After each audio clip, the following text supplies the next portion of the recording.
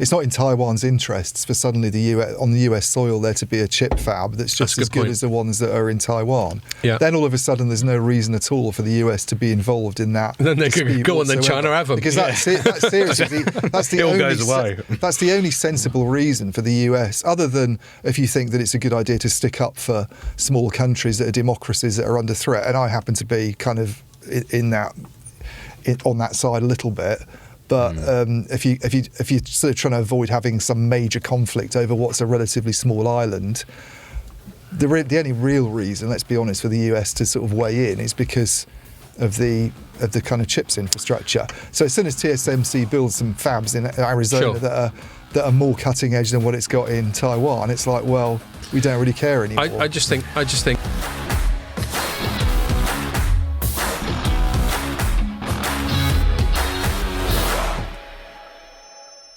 Hello and welcome to another Telecoms.com podcast. I think you've had to wait an extra week for this one because of various people flying around all over the place, wasn't it? I was in Italy. You were in Italy. Oh yeah, you can tell us about that. And you were in Vegas, aren't you? Pierre, that is, for those not watching. And before I ask you about that, I'll say that we've got, I'd say a special guest, and he is special.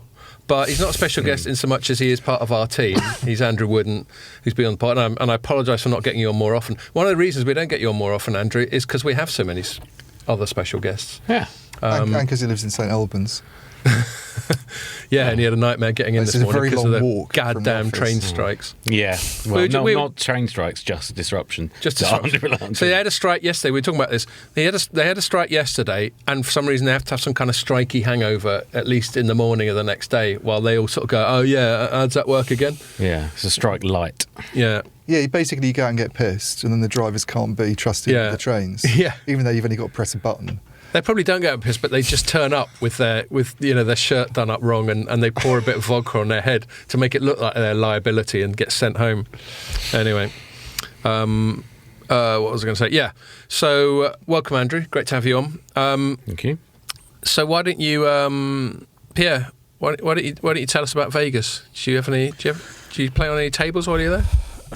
Yeah, no, I don't want to brag. Yeah. the one thing that was cool, and we missed it by a day, it was the opening of the Sphere.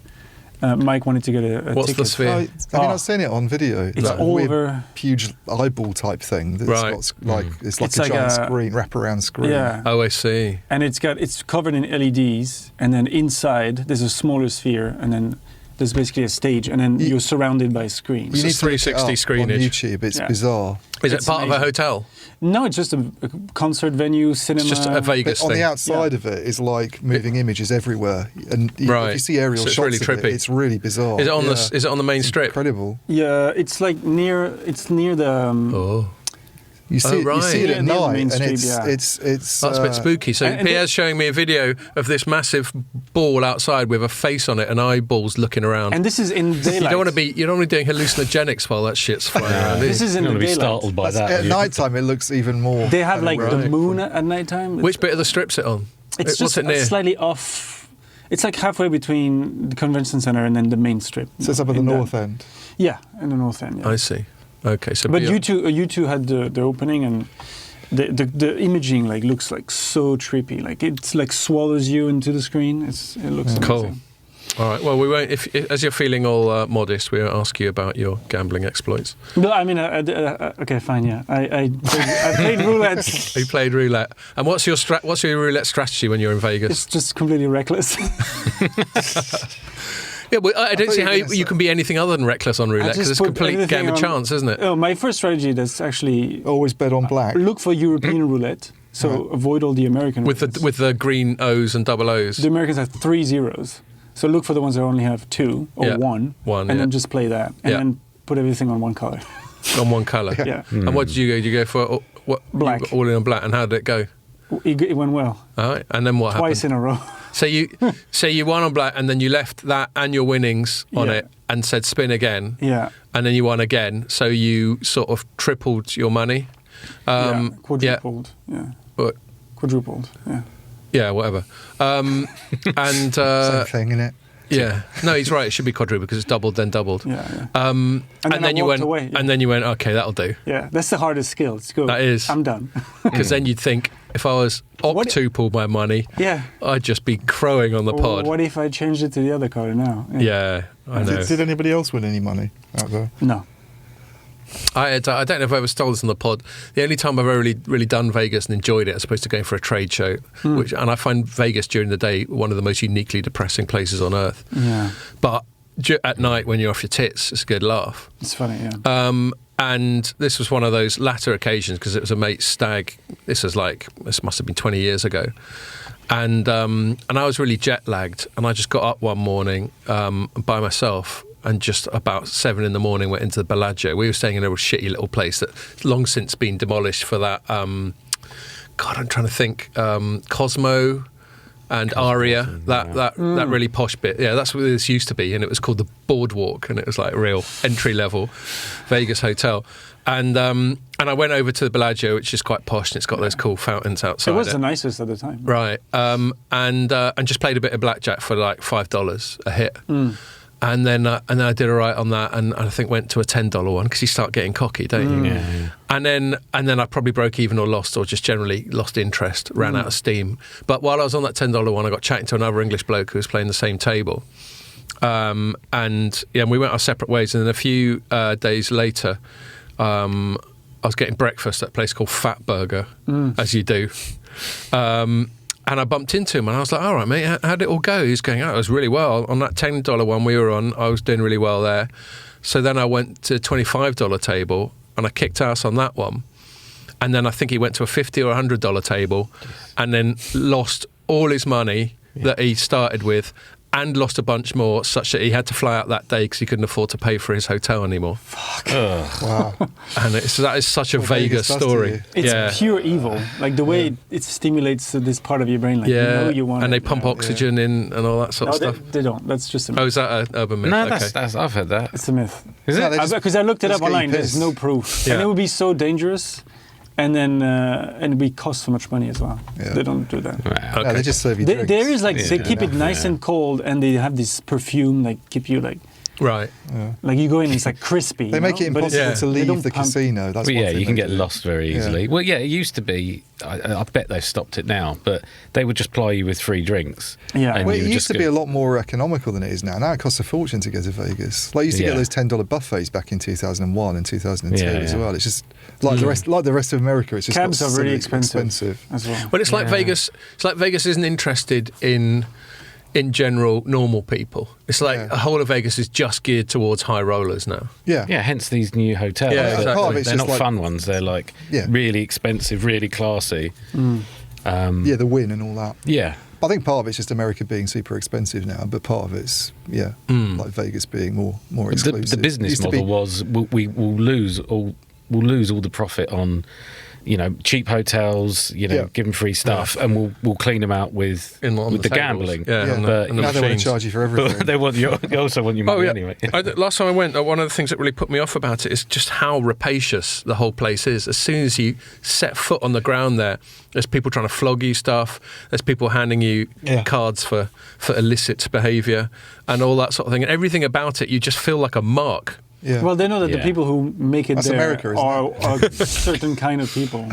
Yeah. Well, quite. Yeah, it's slightly self-selecting. But I wouldn't go there by choice, except maybe on another stag, although my stag days are largely behind me. You haven't sheezed up. Yes, thanks, mate. Is that your ritual? Well, it is. Mary brought these in. So this is Mary's best marketing ROI she's ever had in her life. Lucky pigeon. Well, we got some of them. Andrew's not having a beer right now, but if you have one, have a Lucky Pigeon. We've got one that's 8%. Do you know what I mean? It's a bit gluten-free. rich. It's gluten-free. Yeah, it's Gluten-free, so no gluten. Yeah, no gluten. Strength of wine. Yeah. No gluten, but that's the least of your liver's worries. Don't worry about drink it. that. Yeah, exactly. And then while we're doing tangents, what were you in Italy for, Ian?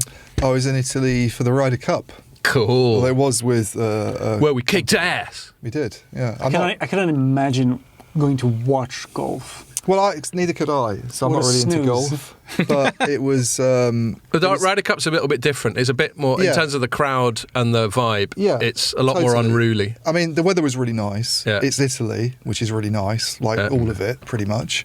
So it's in just outside Rome. It was with Hewlett-Packard Enterprise because they were doing the tech. That was kind of the reason for the trip. They were sort of showing off there. So you weren't just going there because you really like golf? Tech. Yeah. I don't really like golf, but I was with the Hewlett-Packard Enterprise PR guy. So say thank you to them because it's really good hospitality. Alistair. Cool. I've got FOMO now. I was invited. Massive golf fan, like plays to quite a high level. Oh, I see. And it's good to hang around with someone like that at these events because you get more out of it. I think if you're with someone who was he explaining what iron? But he knew where to go, like to sort of see the best shots. And he was like, "That's a good idea to wander this way." And then he was sort of explaining. And he must have just been fucking loving it. Yeah, had he ever been to Ryder Cup before? I don't know, but he was staying afterwards to actually play on the course that they were using. Oh wow! Yeah, so that's full investment to use it for a day. So, but it was really good. We well looked after. The tech side of it was actually quite interesting as well. Okay, cool. Ethernet, which they bought not that long ago, which is right in our wheelhouse, was doing the sort of 5G core stuff on site. Cool. Yeah, I think we did write up the press release. I was invited. Thank you, HPE, for inviting me. I wasn't able to accept, and it turned out that my brother just flew in for a quick visit, so it would have been really bad timing. But I did get a bit of FOMO. Yeah, it was when good. you were when you were sending us photos of you on the golf course, and then I didn't fly back until having Saturday a cheeky night. old-fashioned. So I did have an old-fashioned at the event, but I didn't come out until Saturday night. So I had the whole of Saturday to sort of wander around before the flight. Did you go around Rome? Went around Rome. Right. I've been there like. I saw the trivia fountain in Vegas. Yeah. Just as good. Yeah, they'd probably say it's Rome, but better. It was inside a mall, but we've improved Rome. Made of polystyrene.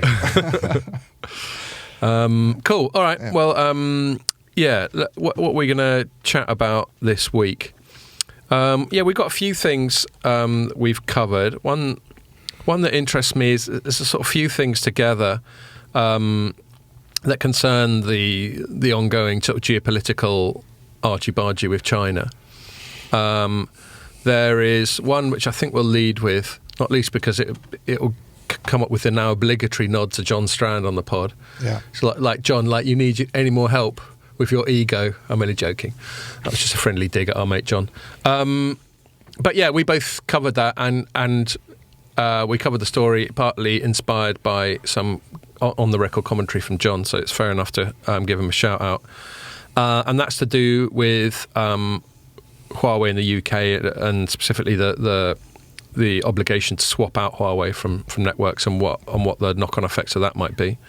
There's also the EU. I don't think you're familiar with this one, Ian, but in fact there's a couple of EU things.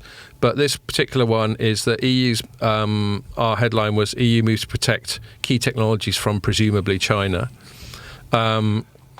EU's come out with, we've got to make sure that we protect these technologies like AI, like quantum computing, like a few other little bits and bobs. And they haven't said who from. Right. But it's obviously China. It's incredibly consistent with the US strategy that's been in place for a while that they call small yard, high fence, which is a metaphor used to describe a small number of technologies that they protect vigorously. They're quite keen to protect that stuff from the US now as well. Well, yes. Well, it's interesting because there's increasing worry. I mean, I don't know if you saw that today. There's like a UK investigation into the cloud companies. I did see that. Yeah, one of our analysts has gone down there for. Yeah, Dario. Yeah. I just bumped into him. So I think there's concern about the US side of things for Europe as well. Well, yeah, but it's less concern. The angle on China. Well, actually, let's just do our usual thing of not. Yeah, let's parking it and getting back to it. And then the second thing I think it might lead into is, so you covered that, but you also covered, strangely for you, Open RAN, because you hardly ever touch that, do you? And your headline was new cost problems emerge for Open RAN, so that seems interesting. And look, you mentioned HPE, so I don't know if you chatted to any people. Anyway, I'll let you. HPE is one of the main sources for that. Yeah. So maybe that's linked to not from Italy. It wasn't on the Gulf. All right, okay. No. You weren't just doing a really sly journalistic thing, going, that was a great shot, wasn't it? Anyway, Open RAN, what's going on there? And then we're going to conclude. Andrew covered for us that yet another go by was it Etno, someone like that?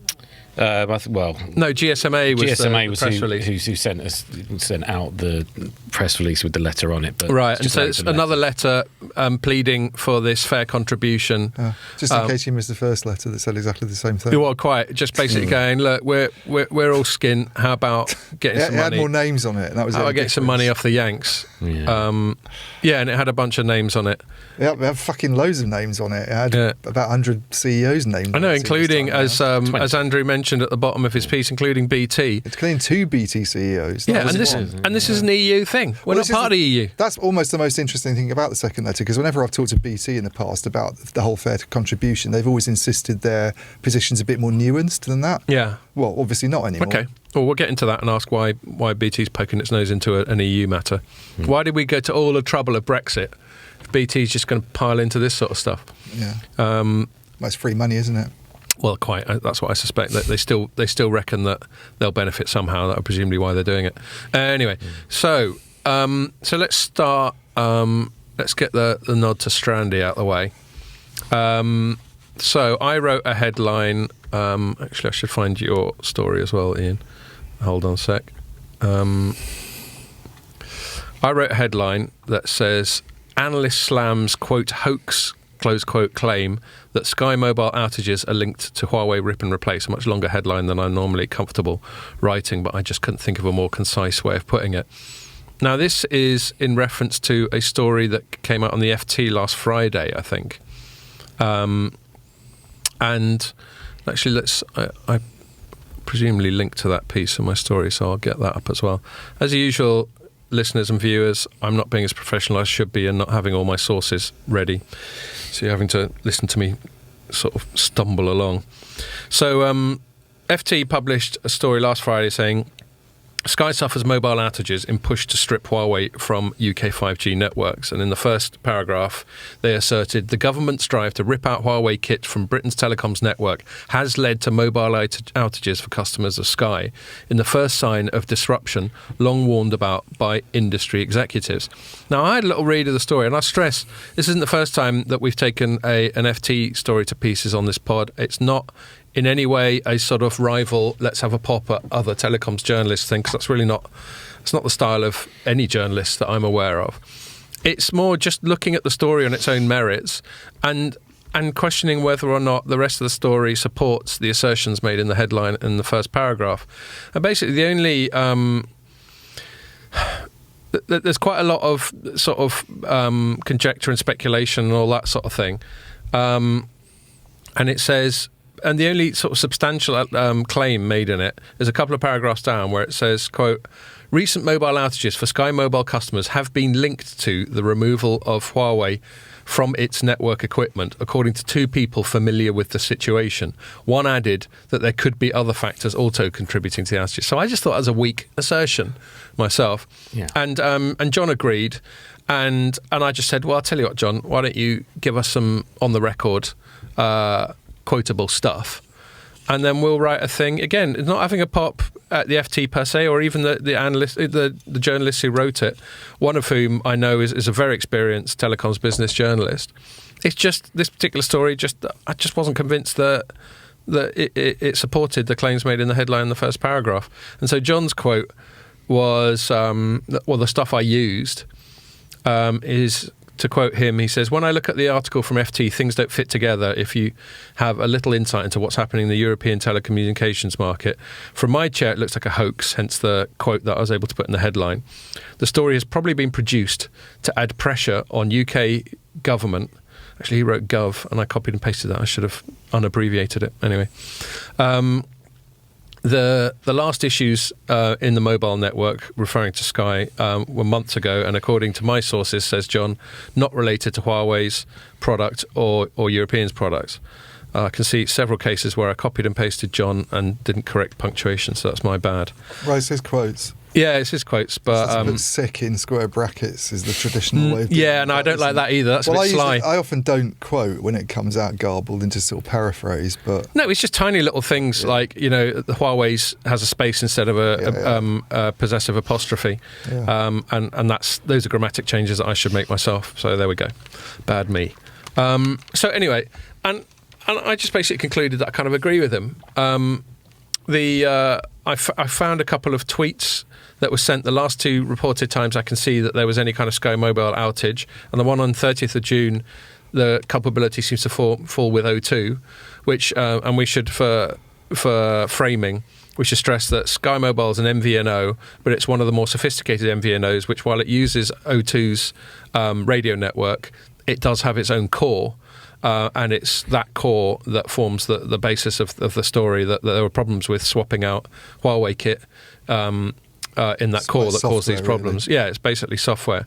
But anyway, the 30th of June one seems to be an O2 problem rather than the Sky Mobile core one, and then there was one on May the 16th that could well have been just a Sky problem, but we don't know. Well, those are reported problems, though, aren't they? Yeah, quite. I mean, we don't know, and I think Sky, it's very hard to see what's happening with their customer numbers these days because they're part of Comcast now, and if you go through the SEC filings, it's all kind of lumped into one thing, but I don't think they've done particularly well on customer growth recently. So there could be issues that just haven't been reported on that have led people to not. Sure, well, but then if I were the FT writers of this, and it was bylined with two people, and I was aware of other ones, I would have liked to have included that in the story, and I don't think they did. Well, they're probably not aware of other ones. I'm just saying it could be. I'm speculating. There might not be, and certainly the reported incidents, like you say, it's got nothing to do with the. I thought the story was a little bit. It was a little bit thin, maybe. The FT story. You know, it was like a couple of anonymous sources. It wasn't like might be this. One of which almost negating what the other one's saying. Yeah, so you've got exactly. like a 50-50. Yeah, one saying it's got nothing to do with it, and then it's not like they went, our network went down for a month and it cost us 100 million and blah blah blah blah blah. It was just like there's been a bit of disruption, and you sort of thought it's related. You know, where I sort of do take a little bit of issue maybe with John is on the ease of swapping out the core network. Yes, and that is something that he likes to stress. So the story that I wrote, where I sort of went and looked a little bit more at what's happening, because the other big company that's using a Huawei core is BT. Yeah. In fact, no one was really aware. I don't think this guy was using a Huawei core. No. Until this, didn't even know Sky had its own core. To me, the FT missed the real story, which was that Sky is invested in Huawei's core network software. Yeah. Because if you look at when Sky launched its MVNO operation, they first started talking about doing this, I think, in about 2015. And then they did a deal with Telefonica that year, and then they launched, I think, 2017. So they must have been. I mean, you talked to John about this. There's the light MVNO model where you basically don't really invest in anything yourself, and it's all complete on another company's systems. Basically, just resell telecom services. And then there's a heavier model where you invest in some of your own kind of software to run it, but you wouldn't have the radio access network, but the core sort of systems. Yeah. Which sounds like is what they've done. Certainly not. They've not denied that. Huawei's not denied that. But they would have been taking that decision at a very odd time. I mean, there weren't government restrictions on using Huawei then, but if you look at BT and Vodafone, they both had internal company policies not to use Huawei in the core long before there were government restrictions. So when BT bought EE in 2016, and that deal was, they made the move for it in 2015, around about the time Sky's conversations with Telefonica would have been going on, they knew they'd have to take out the core network. Even then? Just because that was policy? But they've long insisted that. It's been widely reported on. But it hasn't been government mandated since but they had an internal company policy that they wouldn't do it. So for them and Vodafone, and those were presumably driven by some conversations they'd had with the government, for Sky to have come in and invested in Huawei core software, I think is quite kind of a slightly weird thing for them to have done. And when would they have done that investment, do you think? Well, as I say, they were having the conversations with Telefonica in 2015. That was when they were. So this is when BT had made its offer for EE, when it knew that it was going to take out the software. And they still went, fuck it, let's go Huawei anyway. Yeah, and Vodafone also. I remember being at a press conference with Scott Petty in 2019, back when he was UK CTO rather than Group CTO. He said, we've long had in place a policy we use it in the RAN, but we don't use it in transport or core. And why, do you know why even as far back as 2016, companies like BT were making these decisions? Because there's long been concerns about the Chinese. Right. This is long before the government got involved. A Trump thing, and it's No, the government was involved for a long time. The Huawei Cybersecurity Centre predates Trump. Yes. Nobody else has that. Ericsson and Nokia don't have that. There's long been concerns about Chinese involvement in critical infrastructure. The whole thing about the US not using them dates back to the Obama years. I think even earlier. Well, than I know that. they've been verboten in the US for quite a while. People make the mistake that Trump kicked it all off. He just sort of accelerated it really, but he didn't start it. So, what I was saying about the difficulty of taking it out. So there were reports that Nick Files at the FT did a long, long time ago. Can't remember when, but I remember being at a light reading event, I think maybe even before we'd been bought by Informer, when Nick Files was reporting on BT's efforts to get Huawei out of the core. Right. This is 2016, January 2016, when that deal was completed. When 2024 comes around, they'll have had a Huawei core. If it's still there, it won't be there. They're saying they'll have it out by December. Well, the deadline's end of this year. The deadline's December. But we're almost Which is germane to this story. We're almost at 8 years of them having had a Huawei core. 8 years. Sort it out. And they've got an Ericsson core in parallel now that they're moving to. But it's clearly not easy. Why would they make up that it's easy? You know. Well, that was the thing. I think when we were talking about covering make up that it's difficult, rather. Well, we didn't cover the initial one or recover, churnalise the initial one. I mean, I think we both looked at it and we had a chat at some point, and I didn't quite understand not what the fuss was about, but it's completely believable that there would be network outages if you're ripping out these things in the core. Like, what? That seems totally. In principle, you're supposed to manage any technological transition such that it's seamless in terms of. There's network outages all the time. They don't tell us the details of what that is. That seems like a. It's the same reason that digital transformation is such a hassle for operators, and that they end up with all these parallel systems in place, and it's not properly omni-channel. The stuff we were talking with Jennifer about the other week. Software's really hard to get out. It's like. It leaks around the rest of the systems. It's not like just unplugging a router and going, right, we're putting another one in. Software systems are really hard to change from one to the other. Taking all the customers over from one to the other is everybody that I've spoken to about this says it's really hard. I think of it metaphorically as something like when you hear about people having operations on their nervous system, and there's about 100 different physical connections between nerves that have to be perpetuated in order for it to work. So there's just all these little. So it's not costly nodes. In the sense of there's not lots of money in the core network. It's like a fraction of what you spend on the radio access network. It's a much lower investment, but it's very, very complicated to try and get it out and move to another system. But Strand's point was that these complications just haven't ever happened. Well, elsewhere. Was that right? That was definitely part of it. He was pointing to the weight of evidence that lots of places are having to go through this process, and it hasn't led to much, if any, aggro. Right. Was the essence of his point. Yeah. I mean, I think in the past when he's commented on this, it's generally been to do with the radio access network, where you've seen big swaps going on in Scandinavia, for instance. A lot of those companies went from Huawei to either Ericsson or Nokia, and I think that's an easier thing to do. It's costly if you've not depreciated the equipment, and you just have to do it 2 years after putting it up. It's more expensive. Yeah. But it can be done quite quick. It's more of a rip and replace job than taking out a core network that's basically the control center of your operations. It's just from what I've been told, it's really complicated, and I'm afraid I don't see why BT would make it up. It's like 8 years now. It's not in their interest to have two cores. You're incurring more cost and complication to have two in parallel. It would be much easier for them to have everything on Ericsson now and not have the Huawei thing in. And it's not a big investment, so it's not like they're trying to depreciate it further. It's been there for 8 years. They probably just want to get the thing out. Yeah. Well, the information I got from them, which is kind of partly what drove my headline, is that they're at 50% of traffic now. So just to quickly, your headline was millions of Brits are still on a Huawei core as government ban looms. So 50% of traffic, but they said up to 90% in peak hours, is now on the Ericsson core, and 60% of customers are on the Ericsson core. They've got 3 months left on the government deadline to move everything over. Sure, but will they negotiate extensions for stuff like that? This is already extended. They were the ones who wanted it extended for another year. It was the end of January this year. They got extended it to the end of December. Yeah. And this is what I think. I find why stories come about fascinating. So the FT journalists got to anonymous sources who they presumably think are credible. Okay, I'm not in any way casting that into doubt.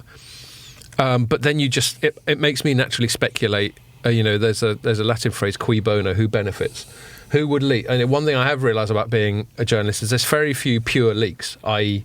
someone in a pub just says something out of turn. The leaks are nearly always controlled. They're nearly always, like in the States, the Wall Street Journal, the New York Times, or Washington Post, or whatever, will get a hell of a lot of their stuff from the deep state, like the permanent civil service or the security state or something like that.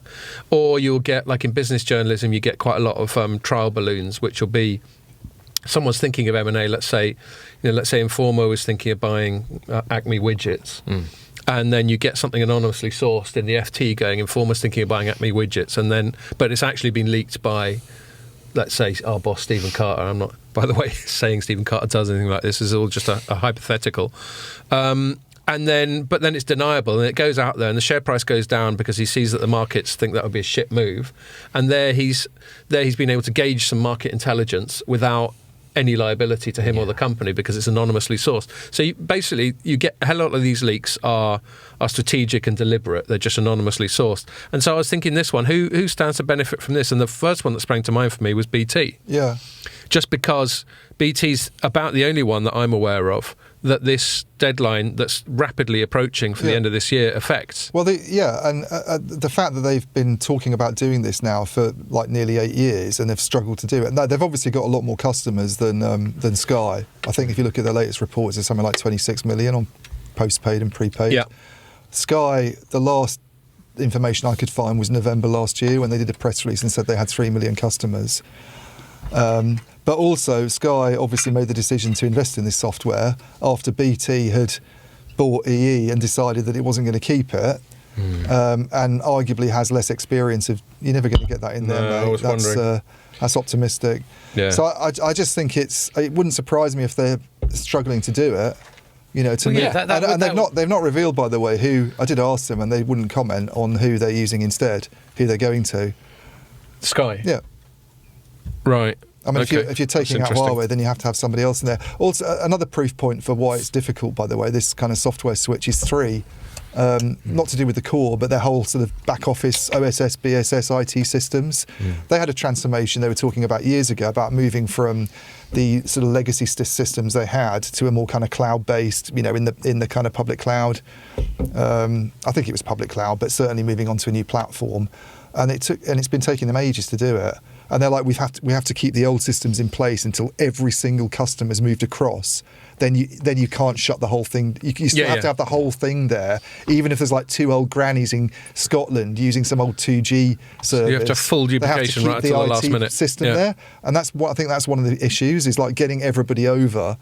And they were saying it's basically duplicate expenses because they're spending money to maintain these old IT systems. That was nothing to do with Huawei, by the way. That's not a kind of geopolitical comply with government deadline thing. It's just they wanted to move, and it's been taking them. I don't even know if they've done it now. The last time I asked them, I can't remember what they said, but moving software platforms is obviously really hard to do. It's like trying to go from.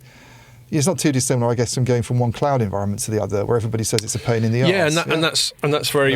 It's not a segment for today, but news came out today that Ofcom has referred the UK cloud market to the Competition Markets Authority, and apparently I only briefly looked at the press release, but I was having a quick chat with a colleague of ours before we started recording. Apparently, at the essence, is this ability to move from one to another, which is completely consistent with something we've spoken about loads on the pod.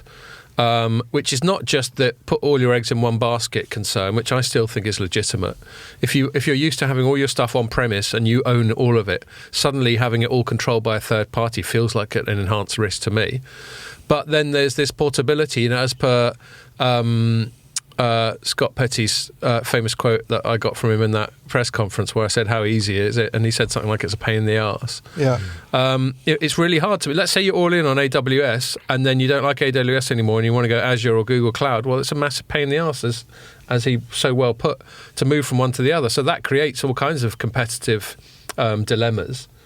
If you're basically stuck with this one provider. And this is at a time, we're going to have a segment on this later where we're supposed to be looking for greater plurality through things like Open RAN of providers. Well, I think once you go all in on a public cloud provider, you're kind of stuck with them, which puts them in an incredibly strong position. So yeah, so just to there's another thing I'm going to go on to that sort of borders on this, which is to do with the general West versus China stuff, because that's what the core of this, and that's what the assertion in the Sky story is that it's because we're so hostile to China that Sky Mobile is having a nightmare. I would just say that just to conclude my analysis about the FT piece, I just think it was a really interesting story. The reason we're talking about it is because it's a good, interesting story. I just think reading the whole story that there wasn't enough evidence in the body of the story to support the assertion that A, Sky's having a nightmare at all, and B, that nightmare can necessarily be traced to ripping out Huawei kit from its core software. Yeah, I mean, my thing was that they missed the story. Yeah. I think the big story is that Sky's using a Huawei core. Yes. And when did they take that decision, and why, and who are they going to, and are they going to be able to get it out by December? Because the only operator that you've already heard making a fuss so far, and the one that was linked to the 11-month extension, was BT. I know there's some speculation that one of the other MNOs uses a Huawei core, but that's not what I've been told. So Vodafone's been on Cisco, it's going to Ericsson. 3's Nokia, and VMO2's Ericsson. Yeah, I think VMO2. I think maybe Virgin Media as an MVNO had a bit of Huawei action. Right. But how long has VMO2 been merged? I can't remember. A few years, anyway. Yeah, I mean, so you mean the Virgin part of it? Yeah. So right. when Virgin was an O2 MVNO before the two companies right. merged, I think they had some Huawei going on there in a similar way to how Sky Mobile maybe has it now. So certainly the MNOs, if we call it O2 then, I mean, they're the least dependent on Huawei. O2 to the best of my knowledge, 100% Ericsson. They had 100% Ericsson, Nokia more. I think they had a few Huawei sites that they've been experimenting with, radio access network sites, but they're pretty much split between Ericsson and Nokia and a Ericsson core. I mean, we know we're going to come on to Open RAN, but one funny thing about all this really is this Huawei swap out. What it's led to is like we're almost in a Ericsson monopoly in the UK situation. Yeah, are you talking about the core, the RAN? Well, both? if you look at it all together, there's Ericsson's like got a really dominant position in the UK market now. Three of the 4 core networks after this transition's happened will be Ericsson. 3 of the 4 MNO core networks will be Ericsson. The other one will be Nokia. But if Vodafone's allowed to merge with 3, then it's probably not going to keep the Nokia core ultimately, right? Because you wouldn't want 2 parallel cores. So, it's cost efficiency. So Ericsson will be really dominant. Perhaps I'll start putting on some posher press trips. And then on the radio access network side, it's 3's all Ericsson. Vodafone, despite all of its Open RAN stuff, is about 85% Ericsson. It turns out. BT's sort of split between Ericsson and Nokia, and VMO2 split between Ericsson and Nokia. So if you look at what the overall share is between, if you sort of lump them up, it's really high on the Ericsson side. Yeah, I think that was a really good angle you found there. Whereas Mavenir and Rakuten Symphony and all those other companies that are supposedly going to come along, a few years ago and have a role in networks are absolutely nowhere. There we go. So moving it on to the sort of general let's get China out of our networks thing. I've often, and I've done it on this pod, just sort of thought, well, where's the evidence that we need to get them out of our networks? So I was wondering, Andrew, what do you feel generally, just based on what you're aware of, it doesn't need to be a particularly expert position, what do you feel generally about this push to excise China from an increasing amount of our economies and our infrastructure? Do you think it's warranted or what? Warranted? I don't know. It's not as if it comes out of nowhere. I mean, you can look at China and there's plenty to criticise, to worry about. Does that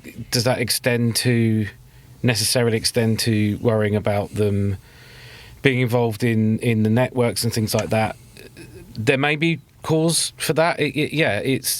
the whole idea of that is there'd be a back door at some point that the Chinese Communist Party, in a bit of Huawei, I always say it weird. I say Huawei. Huawei. That will go with that. It's tempting to say Huawei. Huawei. I think that's how it comes out, wasn't it? Yeah. They could exploit that and do something. Turn it all off, get data. How realistic... How warranted the ban is how realistic that is. And I don't know how realistic that is. It doesn't sound very realistic, but I don't work for a security agency or I am a network engineer. So, if that's a conceivable problem, you don't want them in there. Fine. Well, quite. No, I mean, I think you've summed it up really well. And so there's a sort of abundance of caution thing. And that's what I've always slightly pushed back on, is that there hasn't been enough hard evidence. There's just a sort of, well, they might be up to something. Yeah. But you could apply that to anyone, and then it feels like it's adjacent to broader US geopolitical strategies, which just seem to be to keep China down, because it's clearly, America's the dominant global country in terms of wealth, in terms of culture, in terms of technology, in terms of pretty much most metrics except raw population, and China's catching up. And I don't think they like it. And so that's what I've always pushed back on. But, you touched on something which occurred to me, actually, when I was chatting to John about this, which it's less the espionage. It's less the fact that, if we've got Huawei in the core or in the RAN, that Xi Jinping can suddenly listen to my phone conversations with my missus or something like that. It's more two things, like could they shut it down? Could there be a kill switch? Yeah. And the tricky bit about it is, as things become increasingly softwareized, it'd probably be easier to hide a kill switch. I mean, if it's hardware, you should be able to do a teardown and go, hold on a sec, what the fuck's that switch for? A big red button with a skull and crossbones with kill on written on it. Kill the US. Whereas it's a lot easier to hide these things. And then another one, which was brought to my attention, which is a really good point, a much more benign form of interfering with our infrastructure and economies could just be that they stop providing software updates. And that could be something that Huawei doesn't want to do. It could fight tooth and nail and go, we're not fucking doing it, Xi Jinping. And Xi Jinping might just go, do you remember how Jack Ma disappeared for a bit? Be a shame if that happened to you. And then they suddenly go, all right, good point. And then I don't think that's the accent. No. Yeah. You don't want to be like that slag Jack Ma. That Muppet. And yes, so that is the most legitimate concern. If we accept, and I will reflect this back because I don't think this applies uniquely to China, if we accept that a company that is domiciled in China can ultimately have absolute pressure put on it by the CCP to do stuff, the very least it could do, leaving aside espionage, leaving aside even a kill switch, very least it could do is stop providing software updates, and an estimation is like within a decade, then your kit's fucked. So I think that's the most legitimate concern. But I will say that in principle, we like to paint Huawei as this sort of totalitarian 1984-ish sort of place, and the lovely, glorious, fluffy democratic West as the opposite. But I could see America, if America had, if Ericsson or Nokia were American, I could see it would be within the remit of the government to lean on them and say, stop providing software updates to the Chinese network because it's of a geopolitical military priority to us. So I think it works both ways. But yeah, that's the most coherent thing I can see. If you characterise China, and more on this in a sec, if you characterise China as a geopolitical threat, and I'm not totally convinced by that. Yes, they're powerful, they're growing, they're ambitious. They've certainly got ambitions in the sort of South China Sea, Taiwan, all that sort of thing. But do we need to treat them like a threat in the way that we treated the USSR in the Cold War? I'm not yet convinced. But if you do treat them as a threat, then it probably is stupid to have your infrastructure potentially remotely controlled from that country. So, Ian, what do you think? Do you think does that all make sense to you? Yeah, I don't really see them any less of a threat than the USSR in the Cold War, really. I think they've just sort of replaced it. But I don't really see what the difference is. I mean, everybody ran around in the 80s worried about sort of nuclear missiles being fired at them from Moscow. It was a more overtly military sort of framing. It's kind of not that dissimilar now. It's and they're pretty aggressive. it's not obviously targeting us directly, but they're pretty militaristic in the region that they're in. I think that's the difference in geography, like, because we're in Europe, and maybe not in living memory, but totally. Yeah. If you're in Australia, what was it? I think one of their ministers came out and said something or other, defending Taiwan's independence or something, and they got some pretty heavy official responses talking about trade embargoes and shit like that. I think they're pretty worse, sinister in terms of their sort of ambassadors and their bully boy tactics and sort of appropriation of, you know, I mean, look at the sort of thing they do in Africa, you know, and acquiring large tracts of land and stuff, you know. Yeah, and giving massive infrastructure loans and then holding the country. It's all been sort of, previously, I think the reason that no one's been that alert to it is it's all been soft power in the past. I think there's obviously been a change under the latest whatever you call him, dictator, I'm inclined to call him. But I know that's not his actual title, but that's effectively what he is. It's, they're not a big fan of elections in China. No, and that's the real issue, isn't it? I suppose is that our value system is not aligned with theirs. So, I think I take all your points, but I'm just not sure that the US, for example, is that much better. They have their sphere of influence. They go around menacing people. China's big claim is on Taiwan, which would be equivalent to the US having a claim on, let's say, a Caribbean island. Yeah. And I think if they insisted that Jamaica should be American, how many people would poke their nose in? Yeah, but they'd just leave them to it, wouldn't they? They're obviously more interested in it because of all the chip manufacturing that goes on there. But that's a different consideration. Then you know, and I know they're trying to duplicate TSMC. In fact, I read a story. I think the FT might have scooped it that TSMC's going, our shit in the States is going to be nowhere near as profitable as it is in Taiwan because we can't get the talent and the general costs are higher and all that sort of thing. Well, I don't think those are supposed to be as cutting edge anyway, the ones in the US, as the ones that they have in Taiwan. Right. Well, presumably the US wants that to be the case, though. Yeah, it does, but TSMC doesn't want it to be the case. Right. It's not in Taiwan's interests for suddenly on the US soil there to be a chip fab that's just as good as the ones that are in Taiwan. Yeah. Then all of a sudden there's no reason at all for the US to be involved in that. Then they could go on, then China have them. Because that's seriously, that's the only goes away. That's the only sensible reason for the US, other than if you think that it's a good idea to stick up for small countries that are democracies that are under threat. And I happen to be kind of on that side a little bit. But if you're sort of trying to avoid having some major conflict over what's a relatively small island, the only real reason, let's be honest, for the US to sort of weigh in is because of the kind of chips infrastructure. So as soon as TSMC builds some fabs in Arizona that are more cutting edge than what it's got in Taiwan, it's like, well, we don't really care anymore. I just think, in an absolute sense, not in a real politics sense, in an absolute sense, America has got no more interest in Taiwan than China has in Jamaica. That's all. So I think we sometimes apply double standards, and perhaps we always have, and perhaps we should, because we got to defend our own interests. But I prefer it in a very purist sense. I prefer it to be framed as defending our interests rather than some sort of moral thing of us goodies versus those Chinese baddies, because I'm just not sure we're as different as the rhetoric sometimes tries to make it out. There probably are some people though in America who want to do it for sort of moral reasons.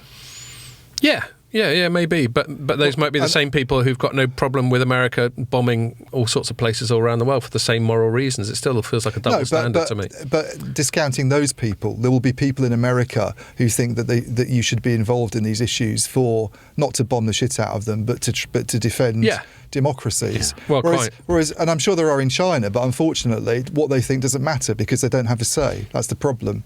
Because it's basically like something out of 1984, isn't it? And then they might be on board with anything because they'll see the right thing done for the wrong reasons. Even if it takes this, interest in good supply of chips, and that's the only reason, they can manoeuvre the Senate and Congress into, making big moves, but ultimately a country doesn't get invaded, we'll take it.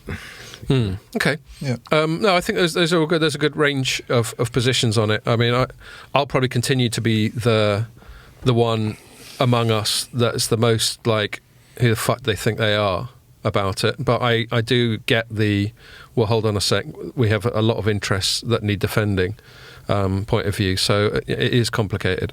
But on that note, I thought it's interesting that as a story, well, a couple of stories we published today written by Mary. And the first of them was from an announcement yesterday, or maybe even the day before. EU, this is recorded on a Thursday, everyone, by the way, because we're doing it a day early because people got shit to do tomorrow. EU moves to protect key technologies from presumably China. And so the EU's come out with this initiative, and I think right now they're just initiating the conversation. As we know with the EU, that could mean decades of long lunches and taxpayer-funded Bordeaux Grand Cru. But although I just learnt from talking to a colleague just now that apparently some of the Grand Cru, as opposed to Cru Bourgeois, some of the Grand Cru is like an appellation that was afforded way back by Napoleon or something, and no one's ever questioned it. It's just stuck there. It could be a particular Bordeaux is a Grand Cru and has been for 200 years, and no one questions it, whereas the Cru Bourgeois, which is I think the next rung down, is one that is constantly like a, I don't know, Michelin star, constantly looked at. Anyway, complete tangent there. I know that. And Pierre's given me a, why do you think I know about wine? Just because I'm French, look. So what was I going? Yeah, so the EU's come out with this initial strategy of we need to protect 4 key technology areas from unnamed external naughtiness. And those 4 areas, I can't see them immediately detailed here, but I know there's one of them's AI, one of them's quantum computing, one of them's chips, and I can't remember what the 4th one is. Biotechnologies. Biotechnologies, cool, thank you. And the thing is, I just happened to have done some research recently for a story I wrote 14th of September, which was headlined, US accuses China of inappropriate retaliation over possible Apple ban. And I just went down a bit of a rabbit hole because I saw a cartoon in the Global Times, which is a sort of state-affiliated Chinese publication. And the cartoon was Uncle Sam talking about small yard, high fence, and he's building a wall around himself. And then the other part of the cartoon is a personification of the rest of the world going, what the fuck? The point of that bit of political satire being that the US small yard, high fence strategy, which I'll explain in a sec, all it's serving to do primarily is isolate the US rather than China. Now, obviously, this is a pro-China cartoon, so we'll take that with a pinch of salt. But small yard, high fence basically means a yard for non-Americans is what they use to describe what we would call a garden, I think. And so they're saying have a small area of interest, but defend it vigorously. That's what the high fence part of that analogy is. And their small yard is basically the same as this stuff that the US has just that the EU's just come out with, quantum computing, AI, chips, primarily. And so the funny thing about this story is the EU just seems to be getting into lockstep in terms of its China policy with the US, even though the EU is always going on about how it just does its own shit and it doesn't take orders from no one. I even when I was discussing this story with Mary, I found a tweet that had been sent by a chap called Chen Weihua, who is a journalist for another Chinese publication, but seems to be quite senior and educated in the West as well. And he on Thierry Breton's tweet announcing this new thing. Although Thierry Breton seems to have found 6 more areas, so he's getting a bit carried away. He just went, the EU is descending into a joke, a US puppet. Yeah, I don't really go along with that. Go on then. Well, it makes sense to me for them to be more aligned with the US, because they are more aligned with the US. They're culturally more aligned with the US, of course. They're exactly what we've just been talking about. You know, they're not a totalitarian state, so they're obviously going to be worried about the involvement of technology that comes from a totalitarian state. Well, Thierry Breton wasn't elected democratically. Especially in the age of artificial intelligence, where... No, I agree with that. I'm being a bit facetious. I go along with the problems with EU bureaucracy and its some unelected politicians, but they're still a collection of democracies, and sure. You know, it may be the EU Parliament and Commission isn't as democratic as it could be, but in terms of some of these officials who run it, but it's a long way from where China is. I'll completely concede that. So it doesn't surprise me that they're more sort of aligned, and that I think everybody world over has concerns about where technology is coming from at the moment geopolitically, and I'd be more worried about it. I mean, I don't particularly like the idea of 3 big clouds controlling all the AI systems that we're going to use in the future that are American. I think that's worrying. Well, especially but as I'm a bit those less clouds worried about it than the prospect of them coming out of China. Especially as the people behind those clouds are also the people behind the AI. There's a story that we won't have discussed, but it's happened in the last 2 weeks that I wrote up. So we know. Well, that was my main story from Copenhagen.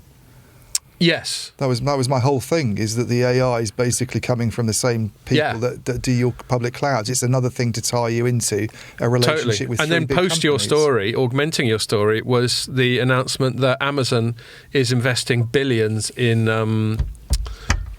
one of the AI providers, Anthropic. There we are. Yeah. Whereas prior to that, when we were chatting about it in Copenhagen, we were like, okay, Microsoft's all in on OpenAI. Google's got its own Bard thing going on, but Amazon, and this was one story I think you wrote, Amazon saying that they're playing the field a little bit more. Yeah. And then they suddenly go and say we're investing $10 zillion in Anthropic, which to me infers that they're going to favour Anthropic. Totally.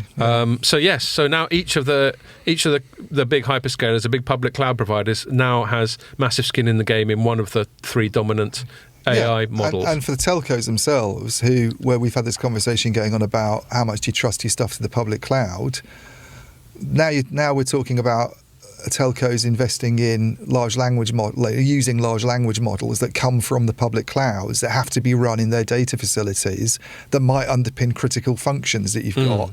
You try and get out of that in a few years' time if you want to. Yeah. Yeah, and how could you use someone else's AI services if you're using them as if you're using Google as a hyperscaler? Yeah. How are you going to use Amazon for AI? Yeah. Well, that's a good question because I'm not sure you can. I think you're tied into one. You're tied. The hyperscaler you use will determine the AI so you models just get that it as you're a using to some extent. You have to use them for and you probably get a better deal as well. It's like these things all get bundled together. It's like that's what's being looked at in the CMA thing as well. Is the discounting? The discounting that the hyperscalers offer is also, which is one of the stupid arguments about Open RAN. Yeah. I always think that you take all these separate bits from everybody else instead of buying it all from one company. Or you buy it all from one company, you get a better deal, don't you? Yeah. That's how it works in the consumer market when you go and get your quad play deal or whatever they call it these days. Well, yeah. You spend less on a per unit basis. You shop around.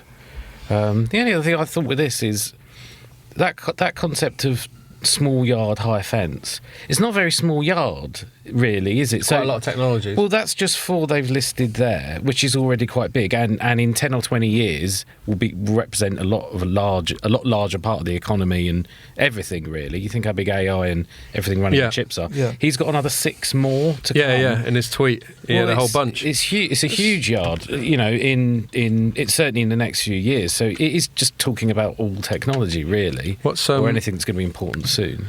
What should he have said, Pierre? What's small yard, high fence in French? I have no idea. Small garden, high fence. If you said it in French. Jardin, petit jardin. Petit jardin. Don't make me explain French to you. Haute barrière. There we are. That'll do. Don't know. There's one thing we count on you for. Is a bit of French. The actual, not the literal translation. No. Okay. Yeah. Sorry, mate. No, I was just being silly. Right, so we'll wrap that one up. But I just thought that was a really interesting one, and then just one extra little one that Mary also covered today. I spotted an article in a paper that I read regularly, the Kathmandu Post. Oh, that's a good. It's good quality. Cracking. Do you know what? Actually, it's good when you're hiking up that mountain to have it sort of. Facetiousness aside, it was actually a really good piece. It was really in depth and all that sort of thing. The Kathmandu Post is reporting, Kathmandu's capital of Nepal, is reporting on how Nepal's having a nightmare rolling out 5G because you can't get a base station at the top of Annapurna or whatever. They could use those helicopters that they got them on Islay with that you wrote about. Yeah, they can't. They got to get some Sherpa to take a base station up. No, they're having trouble getting hold of 5G kit because they want to use Huawei stuff. Right. And they're getting lent on by America and its allies to not use Huawei stuff. And this is Nepal, which has a really long border with China. So to me, the interesting thing about this story is it just shows how the tentacles reach that far. Like our most read story of the year so far was one I wrote about the the US and the EU menacing Malaysia over their second. They have these national 5G networks. They got one, and they thought, fuck it, let's have another. And basically the US and EU are going, all right, but you better not put Huawei in it, and that got a lot of reads. And I wonder what they use in the Philippines, for example. Yeah, well, Philippines is even more closely aligned to the US, isn't it? I bet you they don't use Huawei there. We could ask our staff member who's Filipino. Right, Gigi. Gigi, is it? Yeah. She's relatively new for light reading, isn't she? She is, but she probably knows. She probably knows all that. Well, that might be one to have a look into. Not that I'm dictating your editorial policy. No, but it could be interesting. It's quite a big country actually in terms of how many people live there, isn't it? The Philippines. Yeah, well, I mean that whole bit of Asia Pacific, like Indonesia, is something like the fourth most populous country in the world. That was big, but I think there's a lot in the Philippines. Biggest Muslim country in the world as well. You just don't hear so much about Indonesia and Islam as you do in the Middle East. There's loads of Asians. Well, there are population-wise, like APAC. I know APAC. You want to guess the population of the Philippines? Go on. No, we got to guess. Not bad. Oh right, good, because I was going to guess way over that. Guess? I'll go 200. 180. 109. Ian wins. Oh right, yeah, I was going way too high. What's Indonesia? Indonesia. Oof. That's pretty big. Indonesia. That's going to be in the late hundreds. That's warm. I think. No, you need to move it around. It's been chilled. Look, feel the bottom's cold. You just need to swirl the bottle around a bit. Take a big old manly swig. That's 280. Yeah, that's a lot. Okay, that's even that's less than I thought. I tend to overget. I just told Ian to take a big swig from a bottle that's been in the ice because it's cold on the bottom and not the top, and it got the better of him. Unfortunately, I don't think Pierre will have cut to that on the video. No. But it would have been quite amusing. Anyway. Anyway, I'm not going to dwell on this. It's just interesting that even Nepal is feeling this geopolitical pressure, and they're right on the border of China, and presumably have lots of interest in playing nice with China. I thought they don't like China. Well, there's Tibet. There was always lots of aggro over Tibet. I'm not sure exactly what the Nepal Tibet border. India. Pakistan, maybe. They don't get on with China, do they? No, usually not so much. Not since they had that scrap in the mountains. Or that's right. Where people were using those bayonets or something. Spike clubs. It was like the geezer out of Walking Dead. What's he called? The main baddie. Yeah, Negan. They were using Negan clubs on each other. Yeah. I've been watching too much Walking Dead. Is that what happened? I seem to remember a story where some people were wielding bats with barbed wire wrapped around it. I mean, I don't know why their soldiers are being armed with such crude weaponry. I think it's just I think they to stop escalation, isn't it? They didn't want to use weapons, that. so they just went, let's have a go at each other this way instead. Yeah, maybe that's what they... It's not a proper engagement. But people died. Quite maybe a lot of people killed. maybe they'd gone, all right, have a bit of aggro, just no firearms. So they went, all right, and... Fucking Negan bat. I'm gonna put a bit of something extra on my bat though. Yeah. They should use like the fighter jets, but they should drop like bowling balls instead of like. It's like to hurt them. Just to hurt them. That would still get the job done, wouldn't it? Stink bombs. So yeah, that's just interesting. It's just getting everywhere. All this stuff. Anyway, I'm going to move it on. We've still got a couple of segments. We're running out of time. Done our usual thing of dwelling too long on the first one and the preliminary bullshit. Ian, slightly adjacent to what we're talking about. In fact, we've touched on it a couple of times with Open RAN. Yeah, one of the big pushes behind Open RAN is we need it because we've banned Chinese vendors, so we've only got 2 vendors less. And as Ian just pointed out, one of them is dominant in the UK at least, and that's Ericsson. And we're not saying anything wrong with Ericsson. We're just saying that vendor plurality is a good thing in and of itself. Mm-hmm. And you... And Open RAN is supposed to be a solution to that, because now suddenly we can have all these other vendors involved in the radio access network, which is what RAN stands for. And if you didn't know that, you obviously haven't listened to this pod long enough. But it's not the panacea, this Open RAN. It's not the panacea for like competition and all that sort of thing as we'd like to think. Hence your headline, Ian, new cost problems emerge for Open RAN. Yeah, I mean, I probably wouldn't go into the nitty-gritty of that piece too much because it's quite specific, but I think that there's a big TIP event on next week in Madrid, which is... What is TIP? TIP is Telecom Infra Project, which is the started off as a Facebook thing, but I think Facebook's really not that involved in it these days. It's mainly like a club of operators. It's like the thing that runs alongside the O-RAN Alliance. The O-RAN Alliance, the idea is, I mean, for a while there was a bit of worry about duplication of effort. Yeah. The O-RAN Alliance basically is supposed to do the specifications for Open RAN, and TIP's supposed to do kind of community building and test beds and, you know, actual integration and all that sort of stuff. But so it's next week. I'm actually supposed to be moderating something where I'm supposed to put pressure on people to explain, you know, to justify. I've heard you've got a lot of cool people on that panel. Well, yes. Mavenir are on my panel. Okay. For a while, it looked like Mavenir weren't going to be on the panel because they'd sort of updated the website and they've been taken off, but Mavenir are on the panel. Okay, so it's good to hear. It is. Well, there's central cog in all this interesting Open RAN relationship business with Mavenir. So, but I think one of the things they want me to do is to try and sort of raise some questions about whether the economics stack up, and you know, where are we 5 years since the Open RAN Alliance was founded? You know, it's not really gone anywhere, has it? Let's be honest. You tell me, mate. I mean, we've got 3 greenfield networks, none of which is doing very well, investing in Open RAN. And as far as I can tell, nobody else is really doing it at all, other than talking about it in a kind of trial. What about Vodafone in Wales? Yeah, well, again, talking about it. They started their commercial rollout last month. Right. Yeah. They've got a golden cluster of 16 sites in...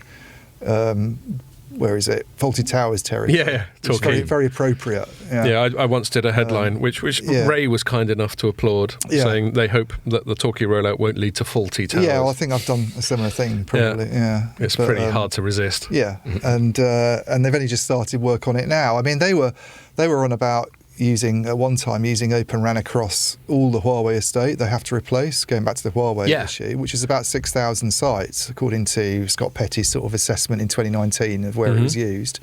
That's 2,500. It transpires the other 3,500 are going to Ericsson. You know, so they've clearly sort of you know, that's not gone as far with them as they were thinking, and they're still committed to this sort of 30% Open RAN by 2030. But that's easy to say now, isn't it? I just feel the industry's sort of tying itself in knots to get to Open RAN, and it's not very clear what benefits we're going to see from it, and it's not working out in the way that it was supposed to work out at all. You know, one of the arguments was that you open up these interfaces between different parts of the radio access network, and all of a sudden, instead of having to provide the whole shebang, you could just come along with a bit of it. And exactly. I've always thought of that as like a motherboard to anyone who knows how computers work, and you can slot in a AMD or a NVIDIA graphics card. You can slot in different RAM. You can even use different CPUs unless they're soldered. This is so this actually comes into it. Oh, really? But, okay. Well, that's the sort of nitty gritty of that story. But, I see. But so you can come in and. You know, if you were just a radio specialist, you just did radio units or a bit of stuff. Like in the past, you've never really had an opportunity to compete unless you had a deal with Ericsson, and you worked with them and you were part of their ecosystem. Because everybody buys through Ericsson, you'd have been excluded from deals. With the idea with Open RAN is you open up these interfaces and these specialists can come along and compete. But what would those little firms be doing if they weren't able to get in on the game before then? I mean, there were a lot of startups lingering, you know, and trying to get some traction, and there were probably people doing things on a smaller scale, you know, the kind of private stuff that you see happening where you kind of manage to retrofit it somehow because you're not sort of as bothered about adhering to standards. Yeah, they wouldn't. I mean, they've clearly not figured in the bigger game because it's been 80% Huawei, Ericsson, Nokia. So this was the idea with Open RAN, is that we provide a spur to those companies, but the big companies that came along as specialists, the ones that there was like an opportunity for them to go much further, they don't specialise anymore. Mavenir was a software company. Now it does hardware, it does systems integration. Rakuten has become a systems integrator as well as adding various things to its software portfolio. NEC and Fujitsu were very much on the kind of hardware side on 5G initially. They were being used for radio units in Rakuten's network. Now NEC does software as well. It does, you know, what that does is the whole thing is, you can direct all your R&D budget into one area, and therefore it's more competitive because you know you don't have to spread it so thinly where it's very, very hard to compete against Ericsson and Nokia if you're trying to do it on the same terms. But as soon as they broaden and expand their portfolios, they're playing the same game that Ericsson and Nokia are. So they're in the same situation they're in the same situation you would have been trying to compete as a end-to-end vendor, which is what they basically are, with a tiny budget compared with companies that make $25 billion in sales every year. Do you think there was a bit of an assumption, when particularly when sort of governments started getting behind this and making big proclamations of why it's so much better? Do you think they assumed that there was a much stronger ecosystem of firms available to step up and slot in than there actually is? No, I think they hoped this would give a boost to an ecosystem. So it's conjuring a market out of nowhere. Build it and they will come. That was the problem with government involvement in it. I think there were firms with the latent competence. Yeah. And I think, correct me if I've understood it correctly, Ian, if I haven't, that they thought, okay, now this is your opportunity. Even people who already get involved in RAN, like Samsung, gives them an opportunity to get involved more. But as Ian said, there'll be a longer tail of smaller ones, whether it's medium-sized companies like Mavenir or startups or not startups, but smaller ones like Parallel's definitely smaller, wasn't it? Parallel cut half of its staff a couple of years ago. I mean, it's not a good year for this is the other problem with all of this, is that the radio access network market isn't growing. And it's not forecast to grow. No. It's not forecast to grow by Ericsson. It's forecast to be a flat market for a few years. Yeah. In a flat market, with other people coming in, there's less revenues to go around. If the market goes from 3 players to 8, everybody's taking a smaller piece of the pie, which means you dilute your R&D resources even more. Or some people just lose out badly. But we were never able to support 12, 13 vendors in the past. It all consolidated down to a smaller number, which brought benefits in terms of economies of scale, and it brought a kind of global reach. And once you agreed on a single standard, it kind of worked out well in that respect. You wouldn't want it to go down to 1 or 2, obviously. But we have one or two big, 2 or 3, let's say, big chip making companies. I'm not sure that the RAN sector can sustain lots of different players, and even if it can, there might be more companies in it if the vision works, where you do use a different radio unit vendor from your DU software vendor. But in each one of those separate domains, how many companies are there going to be? There's still probably only going to be 2 or 3 companies in each of those domains that thrive. So it's still not any more competitive, really, if that's all they're doing. No, and the big sell, the pitch of doing it, because apart from anything else, it would be much more complicated. Just as a management point of view, an engineering point of view, it must be totally. And that's one of the big challenges, is the systems integration side. So there's that. That's one reason why you wouldn't want to do something like that. But they were usually throwing cheaper costs out as the reason why you should do this if you're that was kind of the point of that article, and I can't see any evidence at all of why Open RAN would be cheaper than traditional RAN. And this was something that people were coming out with back in kind of 2018 when it first got aired as a concept. Is that, and it gets conflated, I think, with virtual RAN and cloud RAN. But even there, I'm not completely sure why people seem to think that it would be cheaper to do it. It just doesn't add up. Why the cost case is less. I tell you, who might correct you on LinkedIn. Regular listener who I've met once or twice, Paul Rhodes. Hi, Paul. He's a regular listener, regularly comments on the pod on social media. And the one we had 2 weeks ago with Jennifer, we spoke about Open RAN. And Paul, I'm guessing, I don't want to paraphrase him too much, and you can always go and find that episode on LinkedIn and see the comments, but he seems to be quite pro Open RAN. Yeah, and he seems to seems to think some of your objections aren't fully sort of inconsistent with his view of it. Right. But yeah, just scanning while you were chatting, some of the stuff he said. I still think. Well, throw it at me, and I'll come back with my comments on it. Okay. Then. Well, he said something slightly provocative. He said, "Great guest," and she slightly flummoxed you both with the direct response on Open RAN.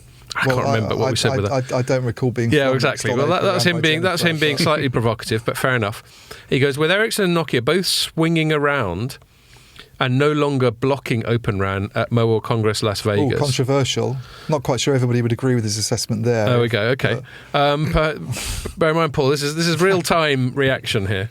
I completely value his input, and he certainly knows a lot about this stuff, a lot more than I do, that's for sure. Perhaps the momentum which you spoke about is arriving, so maybe he's bristling there at a point which I think you're making again now, which it feels like it's stalling a little bit. And he goes, it's not even about, quote, Open RAN in name only, close quote.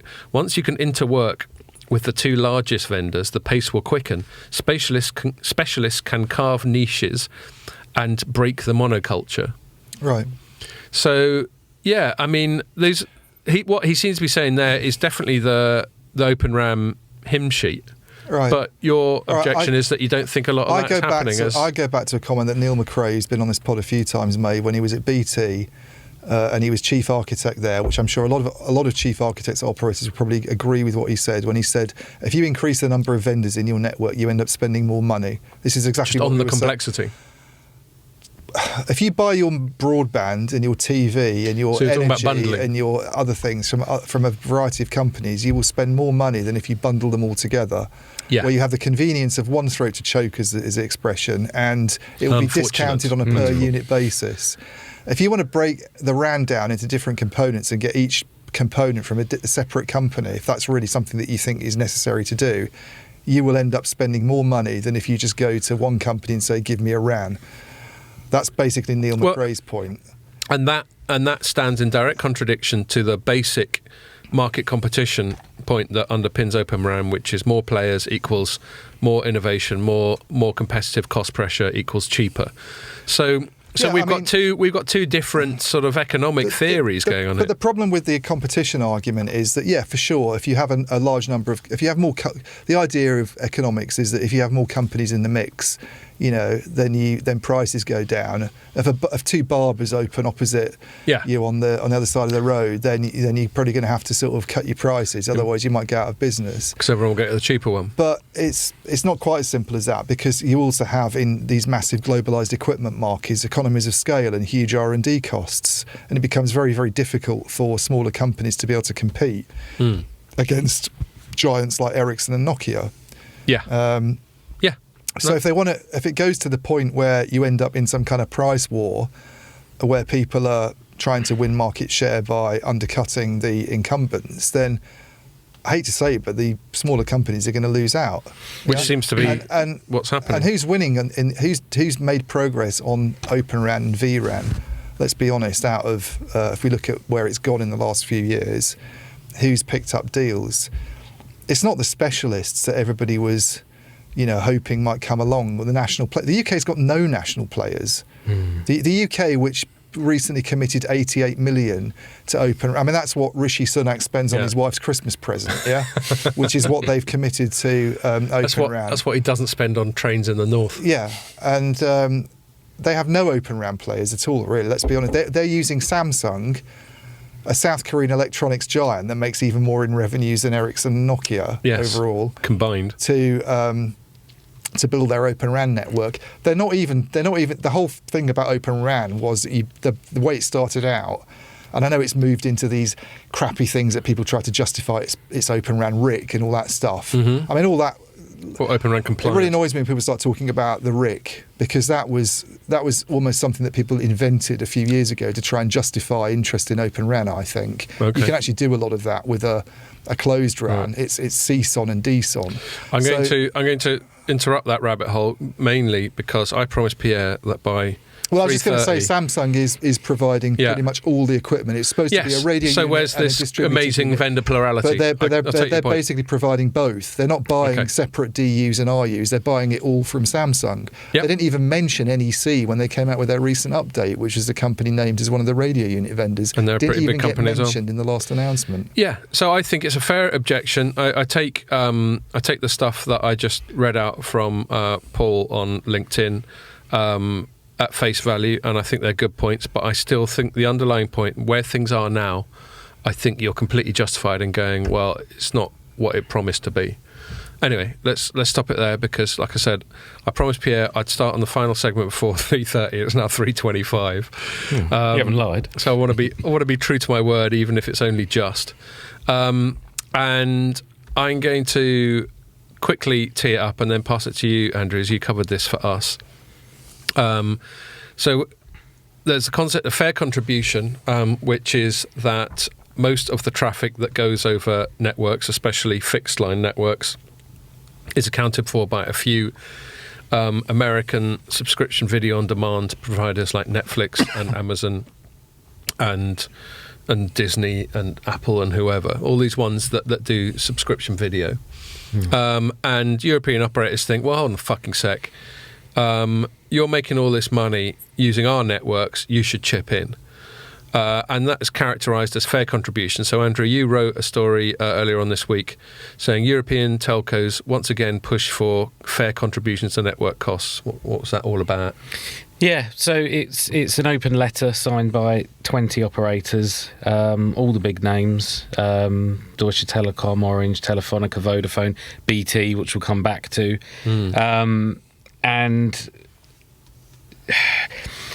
it's a lot of the same arguments we've heard before. If you don't know the pros and cons of the fair contribution conversation, one side is basically saying it's unfair that the burden of basically the internet or the financial burden of running and improving the internet should fall on the operators alone. That these newer internet firms should be paying for them because they're making so much profit off it.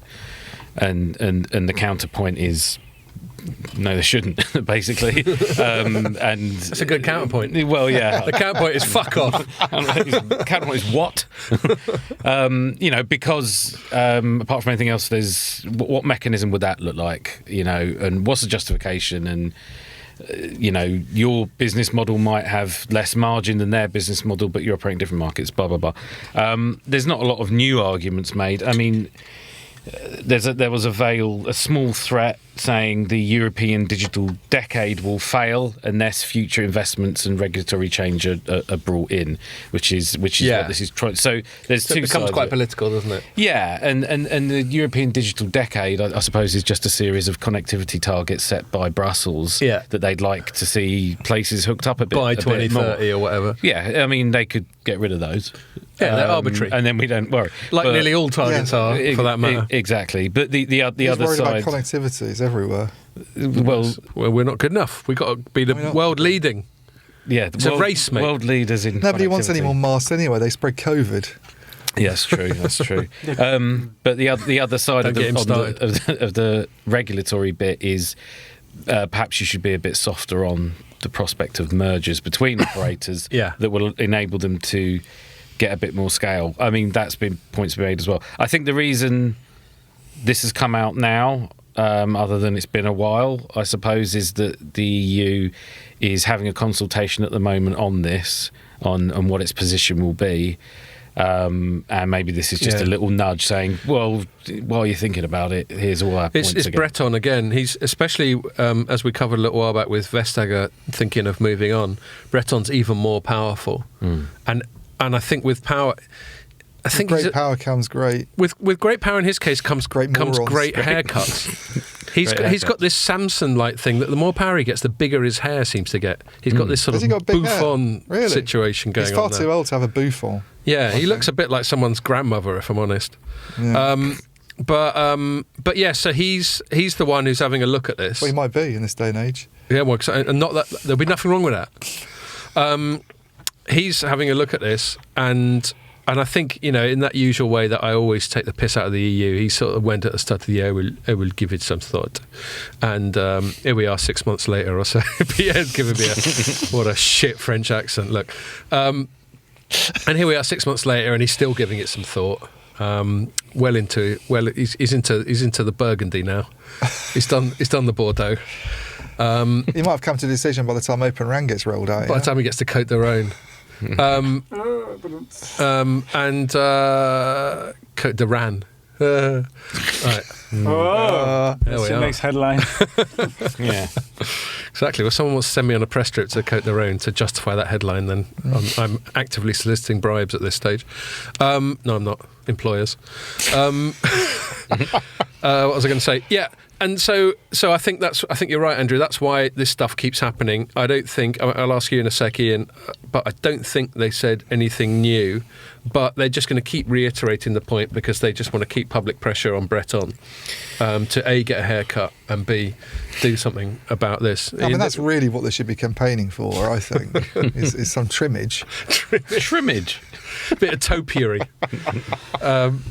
Maybe make it into a little, I don't know, funny shape.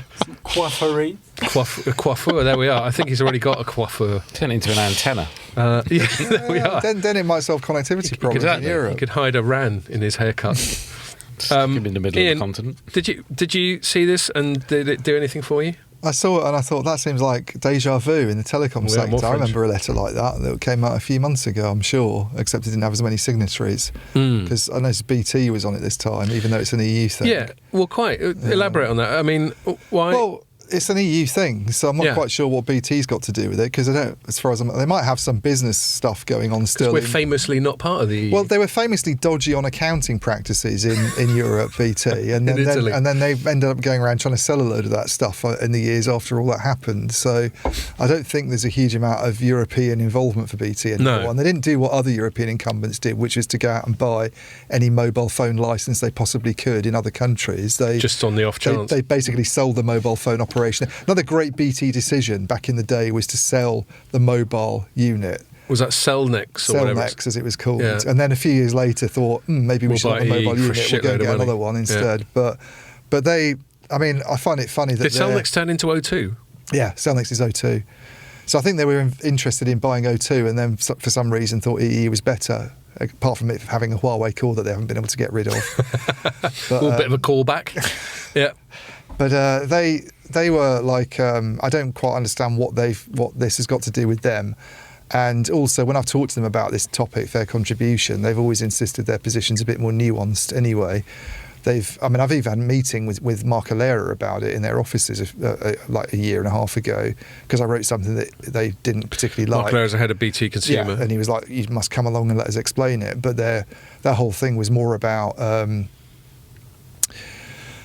encouraging what they didn't use this expression, by the way, which I know Dean Bubley hates, but this large traffic generators expression. But basically, the internet companies that are held responsible for most Netflix, of the traffic,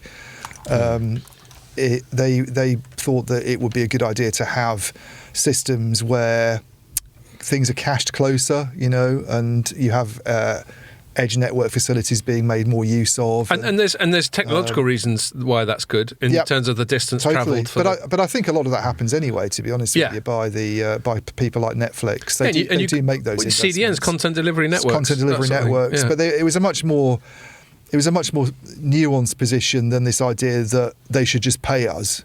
Yeah, pay us money now. It was like they were like sort of slightly distancing themselves from that. Whereas now, it's not just one BT CEO, but two that have signed it. Was it? I only saw Janssen. She hasn't even started yet, and she's already put her name to a fair Kirkby got involved. Kirkby, he was supposed to come into BT. Yeah. And it's like a breath Are you sure of she's not fresh signing air. it on behalf of Telia or whoever that she is now? Maybe she is, but...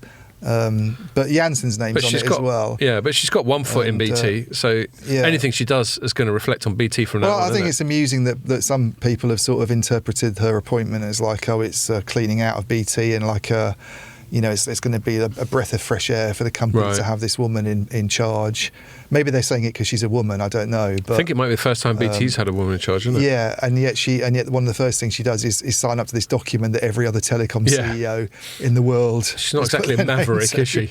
It's like, really? No, I'd heard her characterised as a bit of a safe pair of hands. I mean, herd mentality is discouraged in most sort of areas of life, but in the telecom sector, it's like it's de rigueur, isn't it? Everybody has to sort of think the same way. We all have to go along and do the same thing. Woe betide anybody who tries to do anything different or original. It's just very, very depressing, I think. Well, the thing with I've ended up covering a few of these stories because it's simultaneously big and quite repetitive. So you end up sort of coming to similar conclusions when you're trying to sum it all up. And one thing I always come back to is like, how? Like, okay, so you've done the why. You know, that's your argument of why that should happen. Is it, to your mind, been much fleshing out of how on earth any of that would work? Yeah, well, how would it work? 'Cause, like, are they talking about a tax on megabits or what? That's a good question. Because and they're US firms. You're an EU supranational enforcement body. Yeah. I mean, how does the fee go up every year based on traffic? Because if it does, then they're going to end up paying ridiculous amounts a few years down the road based on traffic growth. So it'll become unsustainable. And if it doesn't, if it's just some kind of one-off fee, also it'd be very hard to justify because telco's operating costs aren't going up at that level. They don't track traffic. Well, you mentioned Bubbly earlier, Dean. Another point Dean made ages ago that seemed very coherent to me is like, where's the evidence that any of the CapEx or OpEx they have is brought about by these Netflix types that wouldn't happen anyway. Telefonica's operating costs have gone down by $6 billion in annual operating costs in the last few years, while its petabytes that it carries in its while network everyone's still been watching Game of Thrones 3 or 4 and shit. times. T-Mobile cut CapEx this year by 16%. In the first 6 months, it added another 3 million customers. But I think they're sort of pointing to the sunk costs already. The fact that building out the 5G network, the money they've already spent, basically they want to get some of that back. I think. But that's what they do. Yeah. They build networks that people pay to use. Yeah, and that's the business they're in. They're making out like it's a really big hassle. If you don't want to sell bandwidth and networks, go and do something else instead. Sell cars. Got a gun to your head. It's like the other thing is, so like your point, I think is really interesting about is it based on consumption? Because for a start, it'd be very hard to justify based on the costs. You know, you look at capital intensity or operating costs; they're not going up like that. So if they try and match it to traffic, that'd be very hard to justify. So otherwise, it's going to be a one-off flat payment each year.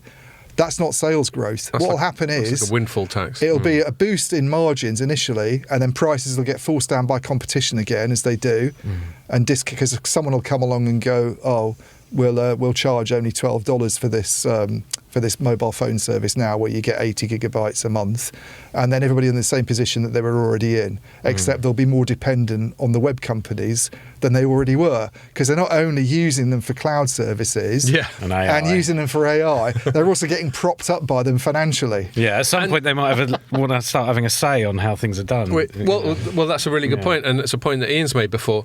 Do you think, even if this happened, and I can't see it happening, to your point about the mechanics of it, even if this did happen, at very least, Netflix et al. Would go, well, what the fuck do we get in return? Yeah. And do we get some, and then you get into net neutrality or some kind of preferential treatment or something like that.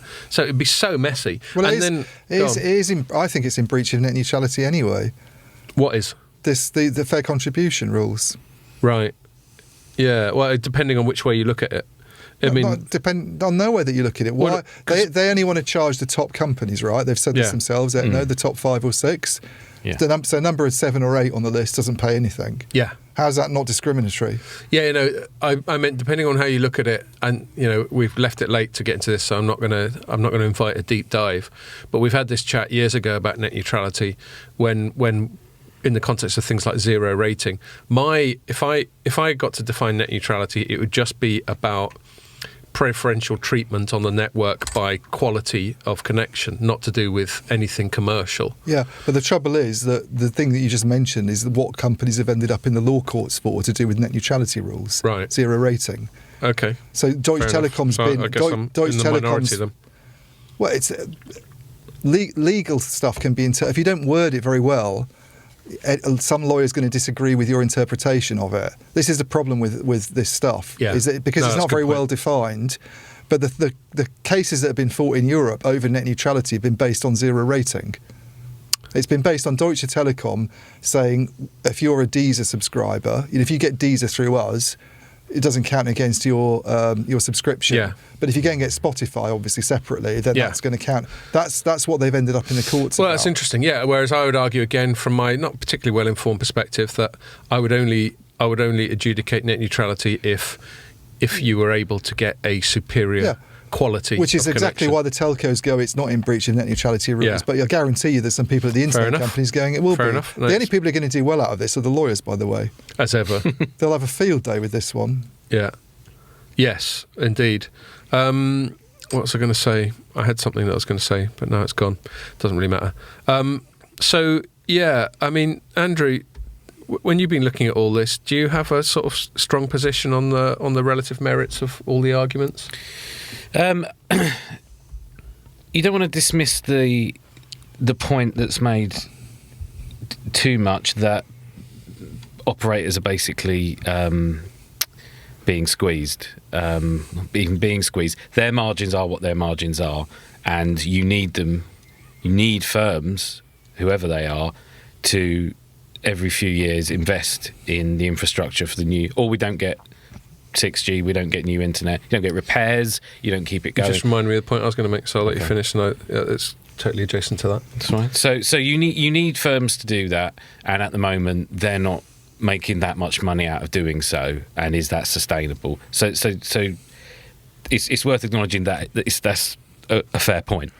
Yeah. It's just is the conclusion that Although they Google and make out- Facebook just give them some money then. They make out they're in a much worse position than they actually are. They're all profitable But companies. yeah, and they're not You look at the unprofitable. water companies and the electricity companies. Yeah, but the point being, if firms are just sort of basically ticking along, it's there or thereabouts each quarterly, that doesn't lend itself to huge investments, and they need to be making huge investments every now and again, Yeah. or this stuff doesn't get built. But this is the problem I have with them, is that they seem to think that because they're critical infrastructure, they should get sort of handouts. But you could make the same case for companies that provide gas pipes to our homes, water what's more critical Utilities, infrastructure yeah. than water?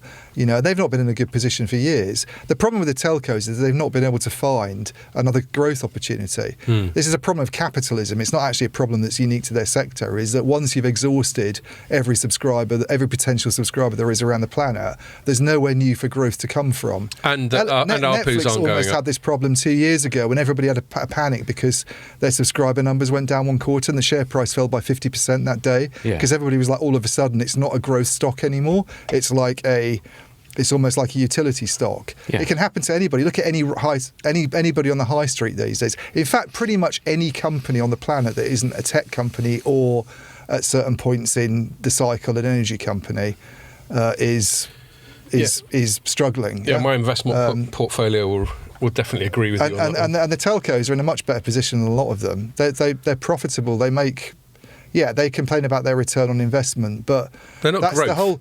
the whole justification for the Vodafone 3 merger is ROI. So are they going to stop moaning about net neutrality when that deal goes ahead? Well, I think that's the thing. This stuff's all quite vague, and it isn't ever pinned down exactly what they're asking to be enforced. But the argument I think is stronger that let firms merge if they want to and therefore be profitable, which is in there, but it's very different to this idea This that windfall tax or whatever. and so I always think they should be separated out. I think that you can take a moral position either side on whether they should pay or not. It doesn't really seem to me that it's a very strong moral case to say they're owed basically this money, because you can easily throw in all the infrastructure work that firms like Facebook do on undersea cables and go, well, that's required as well for the internet, and you don't pay for that, Telefonica. Not to mention all the services that they provide over the networks. Yeah, they could say, why shouldn't we sell you those services? Exactly. Why shouldn't you pay to get Netflix content on your network? Well, then you could make that point. Yeah. And make a load of. That's the only reason people have fibre connections, is because of our content. You can pay for our content. Yeah. It costs us a huge amount each year to fund the development of Netflix programmes. But We they, need money from the but they would telcos be to seen do as it. bullies there because they're famously very, very profitable big firms. But that's it all hinges on, as you say, how shit your band's shit looks at the time. yeah, but that's or you can not a paint good a case picture for there. doing it. Yeah, I ultimately I don't see how it would ever work anyway. So Yeah, so Ian's point is Netflix et al. Have to play in the pure capitalist dog-eat-dog playing field. Why shouldn't that apply, if I'm characterising you correctly, why shouldn't that apply elsewhere? Well, I certainly don't think. I mean, if the telcos want to come to some kind of arrangement with the internet companies on this, Okay. But not to have, the reason presumably they're hassling regulators is because they want regulators to go, they should be forced to pay. Well, I think otherwise they wouldn't be doing it, right? I agree. I think we've got to wrap up. I've just got one final thought and then I'll call it a day if that's all right with you two. Andrew, you made a really good point, and that was the thing I was trying to remember that I was going to say earlier, that a lot of this is political because they have these digital decade, they have these targets for being the best in the world at everything by 2030 and all this arbitrary shit that politicians pull out their arse. And I think what operators are saying, they're being quite opportunistic and cynical. They're going, all right then, if this is politically important for you, then fucking throw us a bone, help us out. And so this strikes me as pure opportunism. I think Ian's right. They're not existentially threatened, these operators. They're still doing all right. This is opportunism. They're going, all right, if this is such an important thing for you, Thierry Breton and your haircut, then get some wedge off everyone else. Look at T-Mobile. Look at Deutsche Telekom and T-Mobile and how much it's... Look at its share price, the T-Mobile US share price over the last 5 years. T-Mobile US is especially... But that's an especially buoyant company. They're Europe's biggest operator pleading for fair contribution. Fuck right off.